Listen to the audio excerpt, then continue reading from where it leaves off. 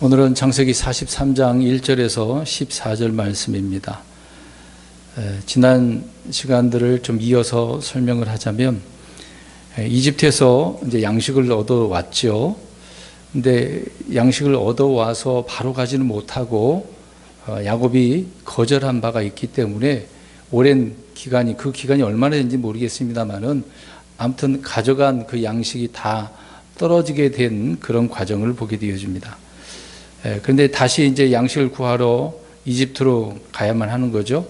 근데 그냥 돈만 들고 이제는 갈 수가 없어요. 그들에게 하나의 입증해야 될 일이 있는데 누구를 데려가야 됩니까? 베냐민을 데려가야 하는 문제가 있다는 것이죠. 이제 그 이집트에는 누가 결박되어 있는 상태입니까?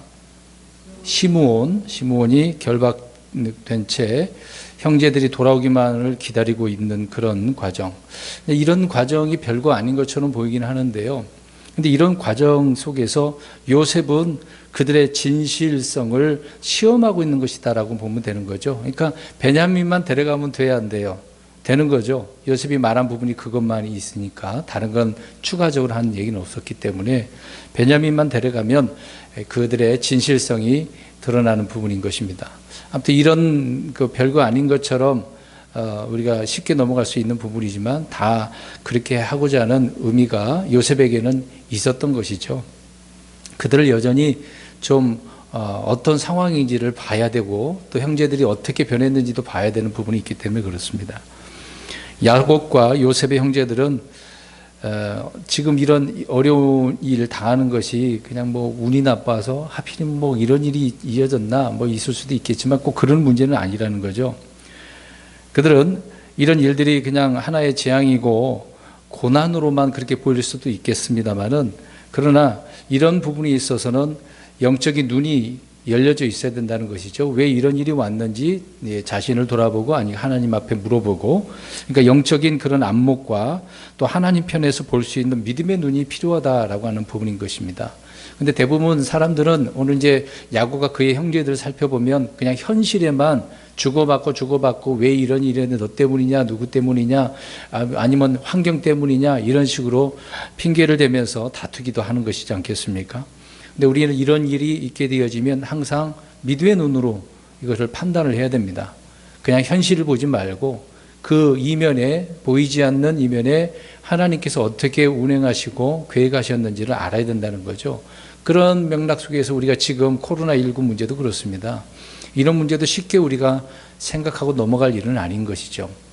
항상 그리스도인들은 그런 면에 있어서 영적인 안목과 또 하나님 편에서 볼 수 있는 믿음의 눈이 필요하다는 것입니다. 그러니까 이런 모든 과정이 그런 부분인데 형제들과 야곱은 그런 면에 있어서 지금 보지 못하고 있는 부분인 거죠.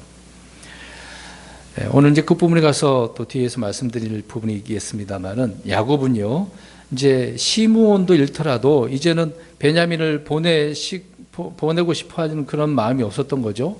그런 내용을 보면요. 근데 결국 가서 이제 도저히 어쩔 수 없는 그런 상황이니까 보내는 부분이 있겠습니다만은요. 아무튼 야곱은 이제 베냐민에게 재난이 닥치면 자신도 죽는다고 말할 정도였던 부분인데, 그럼에도 이제 모든 것을 포기하게 되어지는 것을 보게 되어집니다. 이제 더 이상 누구도 야곱에게 지금 베냐민을 다시 주십시오, 데려가야 됩니다, 그런 말을 못하고 있는 상황이잖아요. 언제까지요? 양식이 떨어지는 그럴 때까지는 이미 아버지가 안 된다고 그랬으니까 뭐 어떻게 할 말이 없는 거죠. 이제 막 촉박한 것은 지금 형제들의 문제가 있는 것이죠. 야곱은 오직 누구만 있는 겁니까? 베냐민. 이미 요셉은 죽었다고 생각을 해서 이 베냐민만큼은 놓을 수가 없는 거, 포기할 수 없는 거죠. 다른 아들들도 있습니다만은 그 아들들은 아들로 취급을 안 하고 있는 것을 보게 되십니다. 그렇다고 베냐민을 잡고 있다고 해서 양식이 그냥 생겨나는 일은 아니었던 것이죠. 이제 점점점 이제 가나안 땅에 있는 가족들이 성경에 보면은 이제 70명 좀 넘는 부분이 있는데, 아무튼 70명이 넘는 가족들이 하루에 먹는 그 양식 한번 적지 않은 양이잖아요. 어마어마한 양 아니겠습니까? 근데 지금 그 곡식이 다 어떻게 되는 상황입니까? 사온 양식이 다 떨어져가는 그런 상황이라는 거죠. 자, 이런 상황 속에서 야곱을 설득합니다. 저번 주에는 르우벤 장자가 자기 두 아들을 내놓지 않습니까? 근데 이번에는 유다가 자기 아버지 야곱을 설득하고 있는 그런 내용을 보게 되어집니다. 아주 중요한 부분을 좀 다루고 있는 부분이거든요. 유다는 아버지에게 자신을 담보물로 증거물로 내놓는 거죠. 근데 이전에 유다는요, 요셉을 이집트로 어떻게 하자고 했던 거죠? 팔아버리자고 했던 사람입니다. 그런데 이제는 형제를 구하기 위해서 자신을 어떻게 하고 있습니까? 내놓는 거, 자기를 이게 담보물로 내놓는 거죠. 이것은 시간이 좀 어떻게 지났습니다만은 유다가 좀 어떤 면이 있습니까? 형제를 사랑하는, 생각하는 그런 마음이 생겼던 거죠. 좀 변화된 그런 모습을 여기서 볼 수가 있습니다. 유다는 여기에서 정말 성경에 말하고 있는 것처럼 큰 사랑이 무엇인지를, 형제 사랑을 강조하고 있지 않습니까? 성경은. 이 사랑이 무엇인지를 정확하게 말해주고 있다는 것입니다. 이집트에는 형제 시몬이 있고 아버지 사랑하는 베냐민을 위해서 자신을 담보로 제공하겠다라고 이렇게 아버지에게 말하고 있는 것이죠. 이 부분을 잠깐 우리가 살펴보면, 자, 이런 면이 있어서 유다가 예수님을 예표한다라고 할 수가 있는데요. 예수님께서도 자신을 어떻게 하셨습니까? 십자가에 희생물로 내어놓으셨잖아요. 누구를 위해서죠? 왜? 우리 모든 사람들 위해서예요.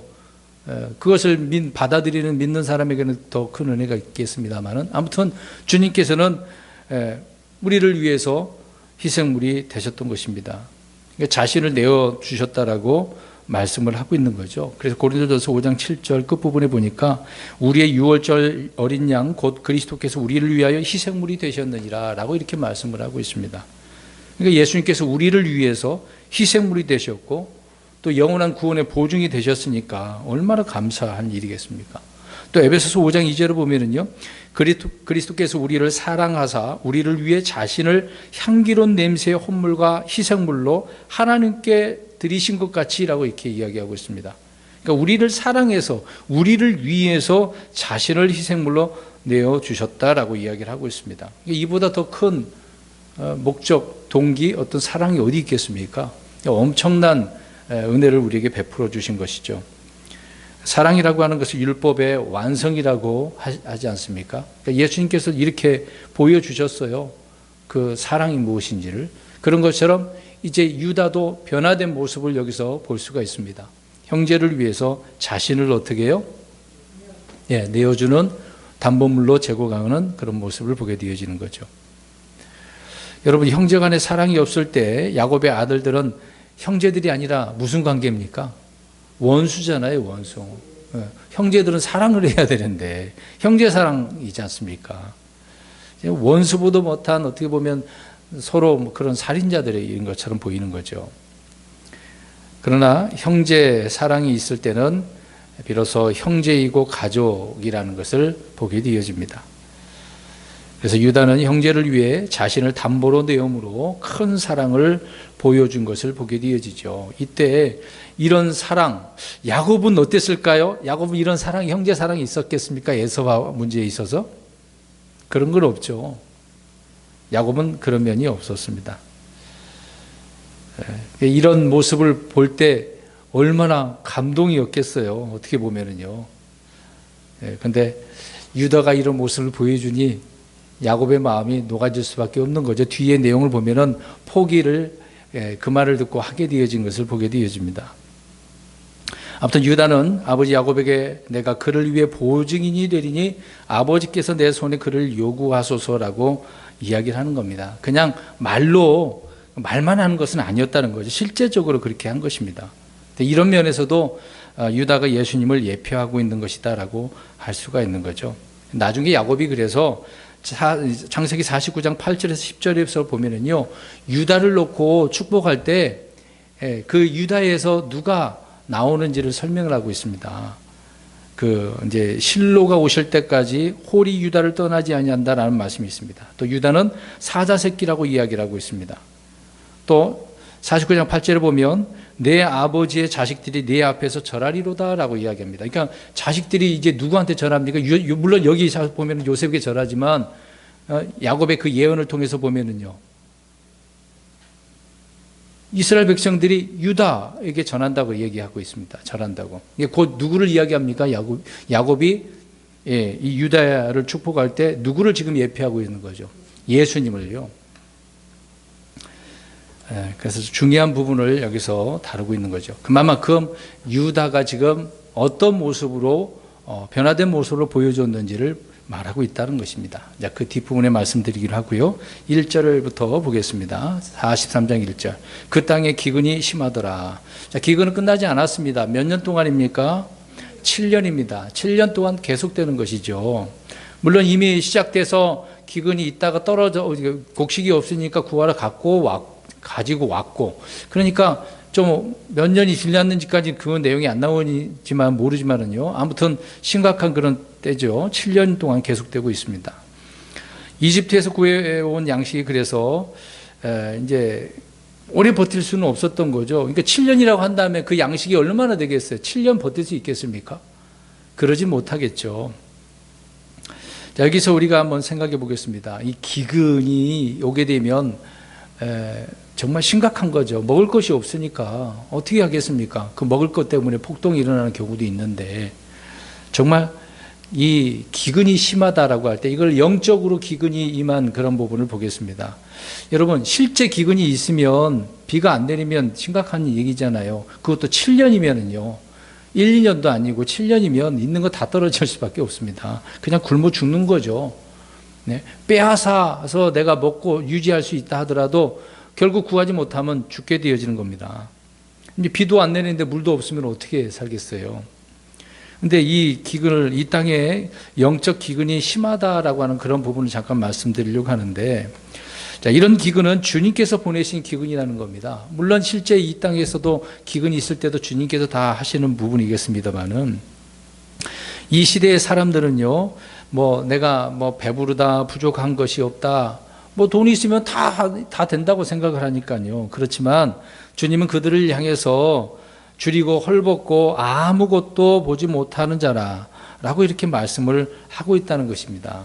그러니까 어느 곳이든 간에 영적 기근과 갈증이 있다는 거예요. 실제적인 그런 부분도 있겠습니다만은, 그러나 영적인 부분이 더 심각하다라고 성경은 말씀을 하고 있는 겁니다. 그래서 이 부분에 있어서 아모스서 8장 우리가 암송도 하고 많이 읽잖아요. 8장 11절에서 13절 보시면 이제 하나님께서 그 땅에 기근을 보내신다고 하면서, 근데 그 기근이 실제 비가 안 오는 그런 문제가 아니랍니다.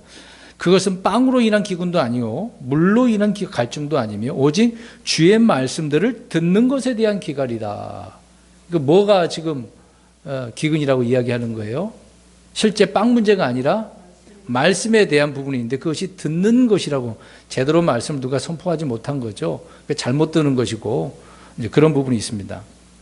그러니까 하나님께서는 이런 영적 기근을 지금 주시기도 하는 거죠. 이런 영적 기근이 있으면 끝난 겁니다. 실제적인 기근은 둘째치고 영적 기근이 임하게 되어지면 그거 어떻게 할 수가 없는 거죠. 그래서 우리 그리스도인들은 이런 영적 기근이 오지 않도록 늘 말씀을 붙들고 가까이 하고 말씀과 기도로 살아가야 되는 겁니다. 멀리 하면 안 되는 거거든요. 왜? 이런 것도 누가 주신다고요? 주님이 주시는 겁니다. 우리 우습게 생각해서는 안 되는 것입니다. 아무튼 1절에 그 땅에 기근이 심하다고 할 때 우리는 영적인 부분도 생각해야 되기 때문에 말씀을 드렸습니다. 2절 보시겠습니다. 그들이 이 이집트에서 가져온 곡식을 다 먹음에 그들의 아버지가 그들에게 이르되 다시 가서 우리를 위해 양식을 조금 사라 하거늘. 기근이 이제 여전히 심한데 가져온 곡식은 이제 다 먹었으니까 가서 양식을 조금 사오라면 많이 사오라고 그러지 왜 또 조금 사오라고 했는지 모르겠네요. 그런 부분은 모르겠습니다. 아무튼 야곱은 그렇게 표현합니다. 야곱이나 아들들은 양식이 어디에 있는지 알고 있기 때문에 그래요. 양식은 지금 어디에 있습니까? 그 당시에 이집트로 가면 있어요. 누구를 찾아가면 됩니까? 요셉을 찾아가면 되는 거죠. 그러니까 그들의 문제는 양식을 공급해 주는 그 사람을 찾아가면 되는 거다라고 하는 거죠. 자, 이 부분도 잠깐 우리가 영적인 교훈을 좀 생각해 보면요, 간단하게 말씀드려서, 오늘날 많은 믿지 못하는 사람들, 죄인들이 하나님을 알고 예수님을 알면서도 구원받지 못한 이유가 뭡니까? 열심히 우리가 초청을 하는데도 그 초청에 응하지 않아요. 이게 원하지 않기 때문에 그래요. 너희가 원하지 않는다라고 말씀도 있는데, 아예 마음이 다른 데 있는데 하나님은 원하겠습니까? 그들은 눈에 보이는 것만 보여달라고 하는 거죠. 이스라엘 백성들처럼. 근데 하나님이 눈에 보이지 않으니 뭐 구원 얘기하니 그 뭐 부활 얘기하니 지금 당장 눈앞에 그게 뭐 아무것도 아니라고 생각하니까 원하지도 않는 거죠. 알면서도 그렇다는 겁니다. 알면서도. 그러니까 그들에게 참된 구원자이신 예수님께 나아가지 않는 거죠. 나아가지 않는 겁니다. 그러니까 알면 가야 되는 거잖아요. 이런 어려운 상황이면 가야 되는데 안 간단 말이에요. 그냥 그래도 고집과 아집이 있어가지고 난 그래도 필요 없어. 나는 이렇게든 내가 알아서 할 거야. 이렇게 말하는 사람들이 얼마나 많습니까? 그러니까 그들의 죄와 불법이 그들을 여전히 가로막고 있기 때문에 주님께 못 나아가는 거죠. 지금 양식을 구하려면 누구에게 가야 된다고요? 요셉에게 가야 되는 것. 우리가 이거를 영적으로 우리 예수님을 잠깐 생각해 보았습니다. 3절 보겠습니다. 유다가 그에게 말하여 이르되 그 사람이 엄히 우리에게 단언하며 이르기를 너희 동생이 너희와 함께하지 아니하면 너희가 내 얼굴을 보지 못하리라 하였은즉.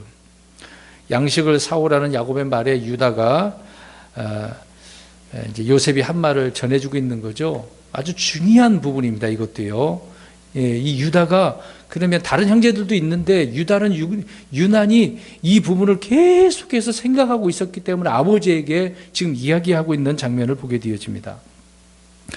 이제 요셉이 뭐라고 했냐면 너희 동생이 너희와 함께하지 아니하면 그렇게 얘기하잖아요.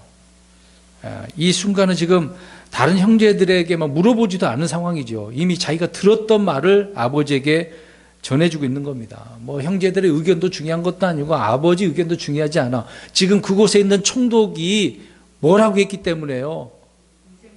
동생을 데리고 가야 돼. 동생이 너희와 함께하지 않으면 안 돼. 그것이 지금 포인트라는 겁니다. 누구의 의견이 중요한 게 아니라. 유다는 다른 사람들의 의견이나 말, 자신의 생각이나 방법은 소용이 없다는 것을 알고 있었던 거죠. 아무리 뭐라고 해도 소용이 없어. 누구만 데려가면 돼요. 동생 베냐민만 데려가면 되는 거예요. 우리 함께 갔다가 오면 되는 겁니다. 그 부분을 지금 자기 아버지에게 강력하게 이야기를 해주고 있는 거죠. 그러니까 자신이 들은 대로 믿고 순종해야 된다는 것을 알고 있었던 것입니다. 하나님의 말씀을 우리가 그렇게 들어야 되는 거 아니겠습니까? 주님께서 우리에게 기록된 성경을 주셨는데, 이런 기록된 말씀을 주셨는데 이 말씀을 읽으면서 또 읽다 보면 들리는 거 아닙니까? 그러면 그 말씀을 그대로 믿고 어떻게 해야 돼요? 순종해야 되는 거죠. 우리 그리스도인들에게 주어진 말씀에 따라 순종해야 되는 겁니다. 그러니까 구원자가 말씀하신 대로만 하면 되는 거거든요. 제시한 방법대로 말씀대로 듣고 순종만 하면 되는 것입니다. 그러니까 다른 사람들의 말이나 또 의견이 중요하지 않는다는 거죠.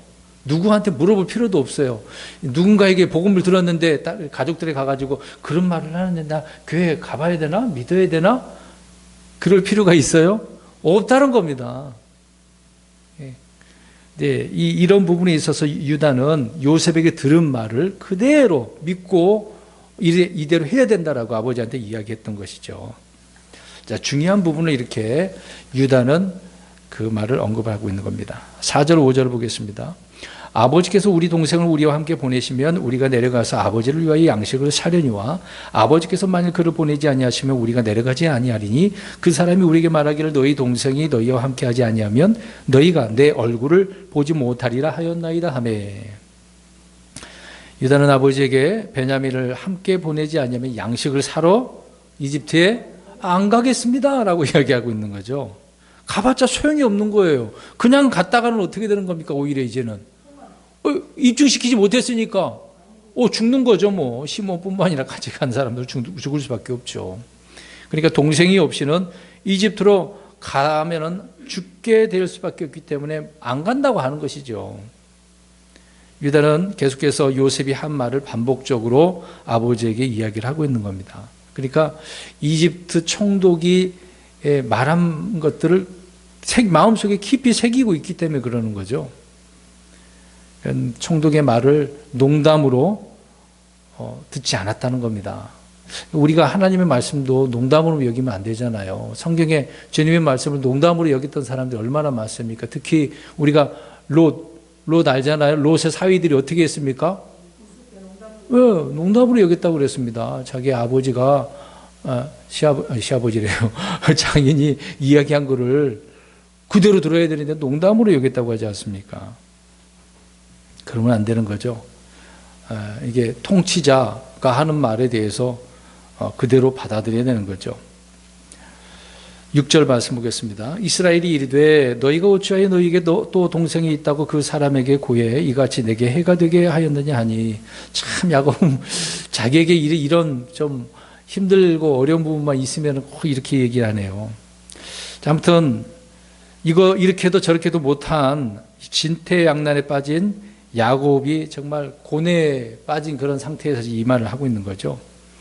야곱은 아들들이 쓸데없는 말을 해가지고 이런 일들을 초래하게 했다, 지금 뭐라고 하고 있는 그런 내용인 것입니다. 저번에도 말씀드렸다시피 야곱의 자식들은 야곱에게 효자입니까 불효자입니까? 불효자예요. 이런 면에 있어서도 지혜롭지도 못하고 신실하지도 못한 아들들인 것을 보게 되어집니다. 이들이 효성이 지극한 것도 아니고 형제도 있는 것도 아니고 항상 어떤 일을 맡겨도 유익을 끼치는 게 아니라 해가 되게 하기 때문에 야곱이 그래서 이 아들들은 별로 안 좋아했던 것 같아요. 평상시에 이렇게 대하는 거 보면은 항상 그랬던 것으로 보이는 것 같습니다. 이제 요셉은 없어졌고 베냐민까지 빼앗기게 됐으니까 얼마나 고통스럽겠습니까? 달리 선택의 여지가 없는 그런 상황인 거죠. 7절 보겠습니다. 그들이 이르되 그 사람이 우리의 형편과 우리의 친족에 관해 엄중히 물으며 말하기를 너희 아버지가 아직 살아있느냐 너희에게 다른 형제가 있느냐 하기에 우리가 그 말 뜻에 따라 그에게 고하였나이다. 그가 말하기를 너희 동생을 데리고 데려오라 할 줄을 우리가 확실히 알 수 있었으리까 하니라. 그러니까 아버지 야곱이 역정내고 있으니까 유다가 뭐라 그래요? 어쩔 수가 없었습니다 라고 지금 이야기하고 있는 거죠. 엄중히 물어봐서 우리가 대답할 수밖에 없었다. 우리가 만약에 그 말을 예상했다고 한다면 어떻게 했겠어요? 이들이 평상시에 하던 대로 거짓말이라도 해서 둘러대서라도 어떻게 하겠죠. 근데 몰랐잖아요. 그러면 예전에 우리 야곱을 한번 생각해 보겠습니다. 야곱이 이제 축복받으려고 그 어머니랑 리브가하고 이제 꾸미지 않습니까? 아버지가 뭔 말 하면은 미리 예상을 다 해놨기 때문에 아버지를 쉽게 어떻게 할 수 있었어요? 속일 수 있었던 거죠. 내가 참으로 내 아들 에서냐? 이런 질문에 능숙하게 거짓말로 네 라고 대답하잖아요. 그때는 준비되어 있었으니까. 근데 지금 이 상황은, 그들이 갔던 형제들의 상황은 전혀 이럴 줄 어떻게 알았겠어요. 참 굉장하고 억울한 그런 상황인 것이죠. 자, 이런 문제에 있어서도 우리가 좀 생각해 보아야 될 부분이 뭐냐면, 우리는 이렇게 죄를 지어도 문제고 죄를 안 짓게 이렇게 정직하게 해도 문제가 되는 경우가 있잖아요. 오늘 형제들이 그러지 않습니까? 거짓말해도 요셉이 다 알고 있으니까 문제고, 둘러대도 다 이렇게 마찬가지잖아요. 안에 정직하게 대답을 해도 문제가 되는 것입니다. 사람들이 늘 하는 말 중에 그래서 이래도 문제고 저래도 문제다라고 하지 않습니까? 네. 그러다가 서로 막 그렇게 얘기하다가 서로 어떻게 합니까? 다투는 거죠. 지금 오늘도 그래요. 지금 이 장면을 보니까 형제들하고 아버지 야곱하고 어떻게 한 상황이에요? 다투고 있는 거죠. 이런 상황 저런 상황 안 되니까. 8절 보겠습니다. 유다가 자기 아버지 이스라엘에게 이르되 그 아이를 나와 함께 보내시면 우리가 일어나 가리니 그러면 우리와 아버지와 또 우리의 어린 것들도 살고 죽지 아니하리이다 라고 이야기합니다. 유다는 아버지 야곱에게 베냐민을 함께 데려갈 수 있도록 설득하고 있는 것이죠. 함께 보내시면 살고 죽지 않고 이렇게 하겠습니다 라고 이야기하고 있습니다. 그러니까 자신이 어떻게 하겠다는 거예요. 베냐민을 책임지겠습니다. 이런 장면도 진실된 마음을 가지고 유다가 이야기해주고 있는 거죠. 자, 여기서 아주 앞에서 말씀드린 내용입니다. 형제 사랑이 있는 거죠. 유다는 베냐민을 향해서 자기를 희생할 준비가 되어져 있다라고 하는 부분입니다. 중요한 것은 뭐냐면 유다는 아버지가 사랑하는 아들 베냐민을 위해 죽을 수 있는 형제가 유다는 있었다는 거죠. 한때는 요셉을 팔아버렸습니다마는 이제는 동생을 살리기 위해서 자신이 죽겠다라고 하는 이런 마음을 가지고 있었다라고 하는 것이죠. 형제 사랑이 바로 그것 아니겠습니까? 형제를 위해서 내가 대신 이렇게 죽음도 무릅쓰는 이런 장면을 보시기 바랍니다. 9절 보십시오. 그래서 이렇게 이야기합니다. 내가 그를 위해 보증인이 되리니 아버지께서 내 손에서 그를 요구하소서. 내가 만일 그를 아버지께 데려다가 아버지 앞에 두지 않으면 내가 영원토록 비난을 받으리이다. 아주 중요한 부분을 이야기하고 있네요. 자기가 보증인이 되겠다. 내가 비난받겠다. 또 그렇게까지 이야기하죠. 여기서 보증, 담보물이 되겠다는 이야기인 것입니다. 나는 그를 위해 보증인이 되리니. 아버지 야곱은 형제를 위해 자신을 내어놓는 이 유다로 인해서 앞에서 말씀드린 것처럼 마음의 변화가 있을 수밖에 없죠. 이런 말을 들어보니까 막 안심이 되는 거잖아요. 이 베냐민까지 잃어버리면 안 되는 상황인데 유다가 이렇게 자기가 희생을 하겠다고 하니까요. 그동안에 보지 못했던 형제 사랑이 딱 눈에 보이지 않습니까? 형제가 형제를 위해 목숨을 버리겠다는 이런 사랑, 우정, 참 누구라도 이런 모습을 보면 감동이 있을 수밖에 없습니다. 이런 사랑이 우리 형제들끼리 있었으면 좋겠네요. 그게 잘 안 되는 부분도 있습니다. 한번 마음이 틀어지면 잘 안 될 때가 너무도 많더라고요. 언젠가 그런 것도 깨트려서 좋은 관계가 되었으면 좋겠습니다. 아무튼 아버지가 자식들에게 원하는 것은 형제들 간의 우애의 사랑 아니겠습니까? 그래서 서로 아끼고 돕고 보살펴 주는 것 참 중요한 부분인 것이죠. 그래서 히브리서 7장 22절을 보니까요. 우리 예수님에 대한 이렇게 설명을 하고 있습니다. 그런 것으로 말미암아 예수님께서는 더 나은 상속 언약의 보증이 되셨느니라 라고 이야기합니다. 보증. 예수님이 보증이라고요. 오늘 누가 보증이 되겠다고 합니까? 베냐민을 위해. 유다가요.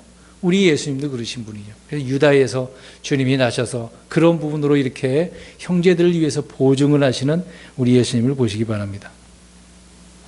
그럼 보겠습니다. 그러면 예수님보다 더 확실한 담보물일 보증이 어디 있겠습니까? 누가 대신해 줄 자가 있겠습니까? 그 어떤 물건으로도 안 되는 거죠. 우리 죄인들이 무엇을 지불해 줄 수가 있어요? 자기 자신도 해결 못 하는데. 유다가 내가 그를 위해 보증인이 되리라 라고 하는 말은 우리 주님의 대속의 진리가 거기에 담겨져 있는 겁니다. 예수님도 그렇게 보증이 되시고요. 또 성령님께서도 보증이 되신다고 이야기합니다. 고린도후서 1장 22절에 그분께서 또한 우리를 봉인하시고 우리 마음속에 성령을 보증으로 주셨느니라. 누가 하나님께서 무엇을 우리에게 보증으로요? 성령을요. 친히 우리 안에서 우리를 늘 보증하고 계시는 거죠. 왜? 에베소서 1장 14절 가서 보니까 이 영께서는 값주고 사신 그 소유물이 우리가 값주고 산 소유물 아닙니까? 구속을 받을 때까지 이제 몸의 구속을 말하는 거죠.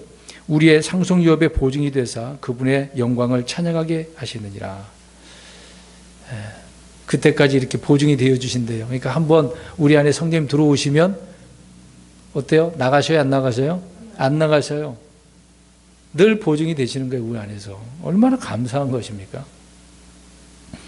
그래서 구원이 이렇게 안전 보장이 되어져 있다라고 하는 것을 말씀하고 있습니다. 그러니까 파산할 이유가 없는 거죠. 그러니까 담보물이 확실하면 파산합니까? 안 합니까? 안 하는 거죠. 담보물이 부실하면 끝나는 겁니다. 그 담보물도 제대로 그 값을 치르지 못하는 경우가 얼마나 많아요. 근데 우리 주님은 진정한 담보물 보증인이시기 때문에 확실하다는 거죠. 정말 감사한 일인 것입니다. 욥기서도 보면은요, 욥이 그래서 주님이 나의 보증이 되어달라고 이야기합니다. 17장 3절을 보니까 이제 내려놓으시고 주께서 나와 함께 보증이 되소서 이런 말을 하고 있습니다. 네, 주님이 보증이 되면 정말 안전하기 때문에 그러는 거죠. 네. 시편 119편 122절에도 주의 종을 위해 보증이 되사라고 이야기합니다.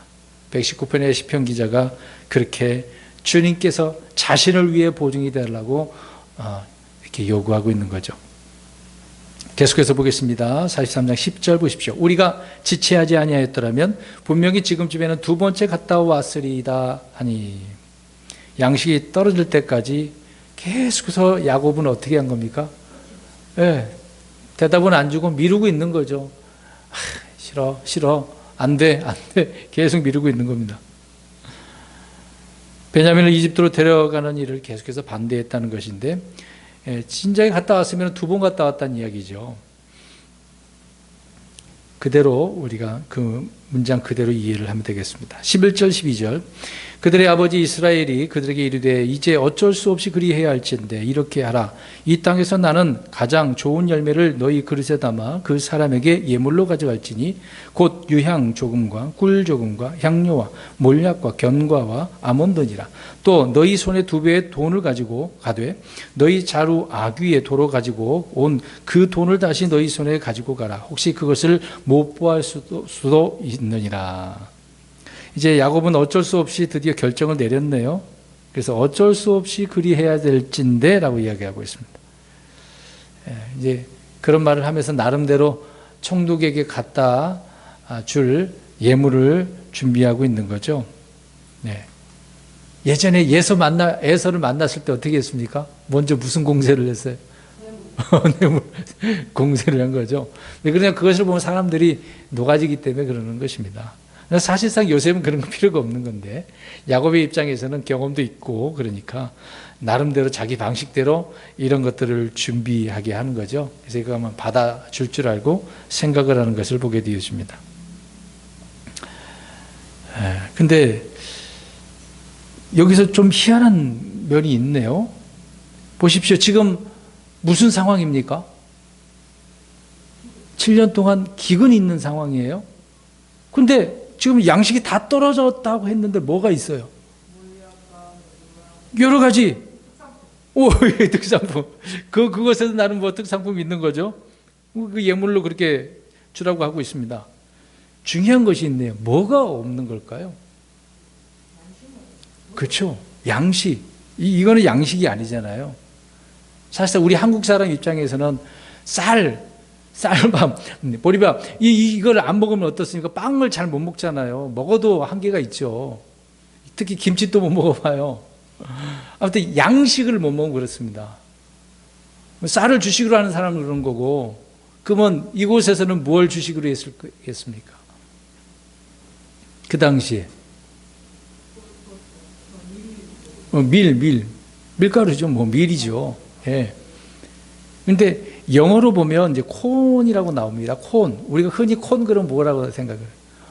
옥수수. 감자는 포테토고, 콘, 옥수수. 근데 성경에서 콘이라고 언급할 때는요, 곡식을 이야기하고 있습니다. 곡식. 그러니까 그 당시에, 그러니까 미트라고 하는 이제 밀이잖아요.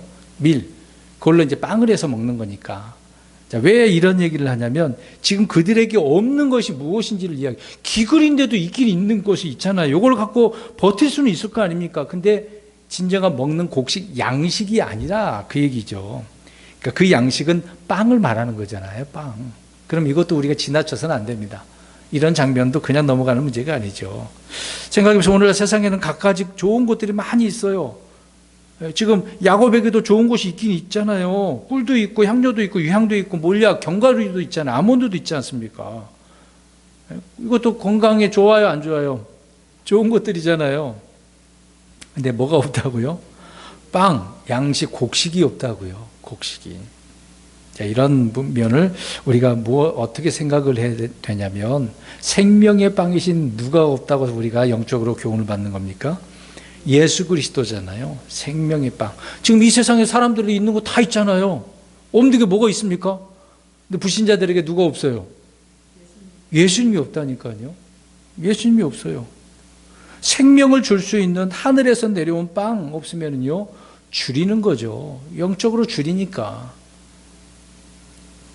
그들에게 문제가 되는 겁니다. 그래서 그 양식을 사야 되는데 안 사요. 안 사, 사람들이. 이 빵을 생수까지도 준다는데 내게 오는 자는 목마르지 않는다고 하시는데 여전히 막 갈증 속에서 사람들은 살아가고 있는 거죠. 그래서 이 내용을 잠깐 보면 이상하다, 기근인데 왜 이런 것이 있지라고 생각하는 부분은 우리가 딱 체크해야 돼요. 체크해야 됩니다. 양식이 없는 거죠. 영적으로는 생명의 빵이신 예수님이 없어서 사람들이 문제가 된다는 것입니다. 자, 계속해서 보겠습니다. 13절. 너희 동생도 데리고 일어나서 다시 그 사람에게로 가라 라고 이야기합니다. 야곱은 준비한 예물 외에도 그 사람이 요구하는 베냐민을 내주게 되는 거죠. 이집트의 총독이 요구한 것은 베냐민이었던 것이기 때문에 그렇습니다. 이제 여기서 또 중요한 것이 하나 있네요. 야곱은 사랑했던 아내 누구를? 라헬을 잃어버렸습니다. 그 다음에 요셉도 잃어버렸습니다. 이제는 누구를요? 자, 이 장면을 보세요. 다른 것들은 다 필요 없어. 뭐 어떻게든 상관없어. 자기가 정말 사랑한 것, 좋아한 것들은 놔요, 안 놔요? 안 놔요. 이제 마지막 하나 남은 베냐민 내려놔야 되는 그런 입장에서 지금 어떤 상황입니까? 내려놓는 상황인 것이죠. 네. 그동안에 육신의 어떤 정, 욕심, 애정도 있었겠죠. 이런 것들을 우리가 성경에 보니까 갈라디아서 보면 다 십자가에 어떻게 해야 하라고 그래요? 못 박아야 된다. 네, 그렇게 해야 되잖아요. 근데 사람들은 뭐든지 자기에게 소중하다고 생각했던 것들은 안 내놓으려고 그래요. 이걸 다 내려놓고 십자가에 못 박아야 되거든요. 그래야 주님의 은혜를 경험할 수가 있는 것인데 안 하려고 그래요. 지금 이걸 내려놔야 베냐민도 살고 형제들 살고 다 사는 거잖아요. 근데 이걸 안 내놓으면 어떻게 되는 겁니까? 끝나는 거죠. 뭐 이미 잡혀있는 시므온도 어떻게 되는 거죠? 끝나는 거죠. 뭐 물론 요셉이 알기 때문에 죽이지는 않겠습니다만은 이제 그들의 입장에서는 죽는 것 아니겠습니까? 자, 이런 부분을 보면요, 야곱에게 있어서는 자기가 가졌던 어떤 예정이라는 게 소유 같은 걸 다 이제 내려놓아야 되는 그런 입장이잖아요. 포기해야 되는 거지 않습니까? 자, 이렇게 우리 믿는 사람의 신앙의 삶의 역설적인 부분이다라는 것을 보게 되어집니다. 우리 성경을 좀 한번 보겠습니다. 빌립보서 3장 8절을 보겠습니다. 사도 바울이 중요한 부분을 이야기하죠. 그러니까 예수님을 얻으려면 어떻게 해야 되는가 설명을 하고 있습니다. 빌립보서 3장 8절 시작. 참으로 확실히 모든 것을 손실로 여김은 그리스도 예수 내 주를 아는 지식이 뛰어났기 때문이라. 내가 그분을 위하여 모든 것에 손실을 입고 그것들을 단지 배설물로 여김은 내가 그리스도를 얻고. 자기가 가지고 있었던 귀한 것들 다 많아요. 지식도 있고 뭐 배운 학문도 다 있겠죠. 가지고 있는 것들이 있겠죠. 그런 것들 다 배설물로 여겼대요. 그 이유는 누구를 얻으려고? 그리스도를 얻으려고. 주님이 어떤 분인지를 알고 깨닫고 주님과 함께 살려고 하는 그런 의미가 되겠죠. 참 중요한 부분 아니겠습니까? 은혜를 얻으려면 내려놔야 돼요. 주님의 어떤 응답을 받으려면 내 무거운 짐들을요, 고집들, 생각들을 다 내려놔야 되는 겁니다. 안 내려놓으면 안 되는 거, 문제가 해결 안 되는 겁니다. 그래서 너희 동생도 데리고 가라 13절에 이야기하죠. 막다른 길목 코너에 몰린 것 아니겠습니까? 물론 어쩔 수 없는 그런 선택이지만 자신을 이렇게 넘겨주는 결단이라는 것을 보게 되어집니다. 흔히 이제 말하잖아요. 죽고자 하면 산다. 그러는 거죠. 잃게 되어지면 얻는다. 이게 그리스도인들의 삶인 거죠. 때로는 우리가 그래요. 내려놓을 때가 있어요. 놓을 것이 있으면 내려놓아야 되는 겁니다. 붙잡지 말고요. 14절 마지막입니다. 하나님과 전능자께서 그 사람 앞에서 너희에게 공의를 베푸사 그가 너희의 다른 형제와 베냐민을 돌려보내게 하시기를 원하노라. 내가 내 자식들을 잃게 되면 이를 이루다 하니라. 이제 야곱이 하나님을, 전능자 하나님의 긍휼을 잊기를 구하고 있는 거죠. 이제 그렇게 긍휼을 바라면서 한편으로는 모두 다 잃을 것까지 어떻게 합니까? 이제 각오하는 거죠. 이제 완전히 야곱도 변화된 모습을 보게 되어집니다. 그렇게 해야만 된다는 것을 알게 된 것이죠. 그래서 내 자식들을 잃게 되면 이르리로다. 그러니까 내 자식들이라고 이제 또 표현하잖아요. 베냐민 그것밖에 그 아들만 생각을 했는데 모든 자식들도 그렇게 생각하고 있습니다. 주님의 뜻에 순종하는 것인지 아니면 절망적인 운명의 모든 것을 포기하고 있는 것인지 그럼 그런 거 뭐 모를 정도이긴 합니다만은요. 아무튼 그런 어떤 결과든지 간에 수용할 것을 지금 결단하고 있는 그런 것이죠. 수용할 줄 알아야 됩니다. 받아들여야 되는 거죠. 그러니까 어쨌든 자기를 부인해야 됩니다. 그러니까 주님께서 그러잖아요. 나를 따라오려거든 어떻게 해요? 자기를 부인하고 나를 따라오라. 부인해야 됩니다. 제자의 요건이 그런 거 아닙니까? 부인하고 따라가야 돼요. 하나님께서 이런 상황에서 야곱과 그의 아들들에게 변화를 일으키고 있다는 것을 보게 되어집니다. 하나님은 그들 가운데서 선한 일을 시작을 하셨고 그들 속에서 일하고 계셨기 때문에 지금 이런 과정으로 나아가게 된 것이죠. 하나님의 계획하심이 아주 얼마나 진행이 잘 되고 있어요. 야곱과 형제들의 입장에서는 그러면 어떤 상황입니까?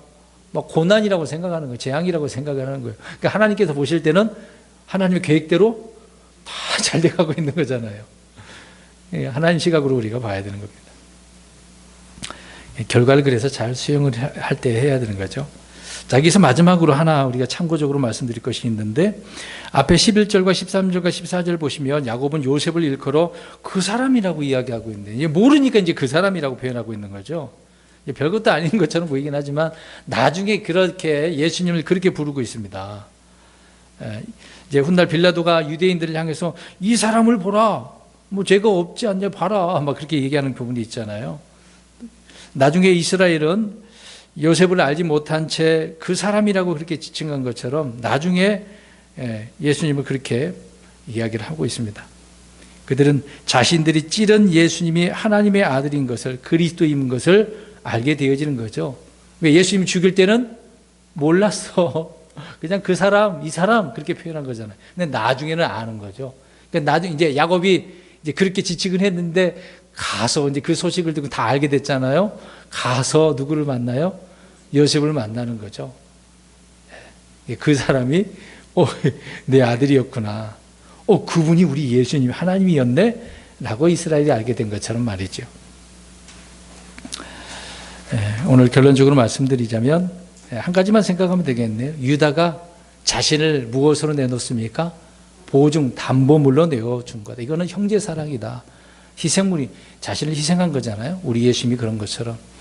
우리가 이 부분을 생각해 볼 때 우리 자신들도 정말 서로 사랑하는, 형제 사랑하는 그런 자들로 자신을 이렇게 먼저 내어줄 줄 아는 믿음의 사람이 되는 저와 여러분 되시길 주의 이름으로 축원합니다. 아멘. 기도하겠습니다.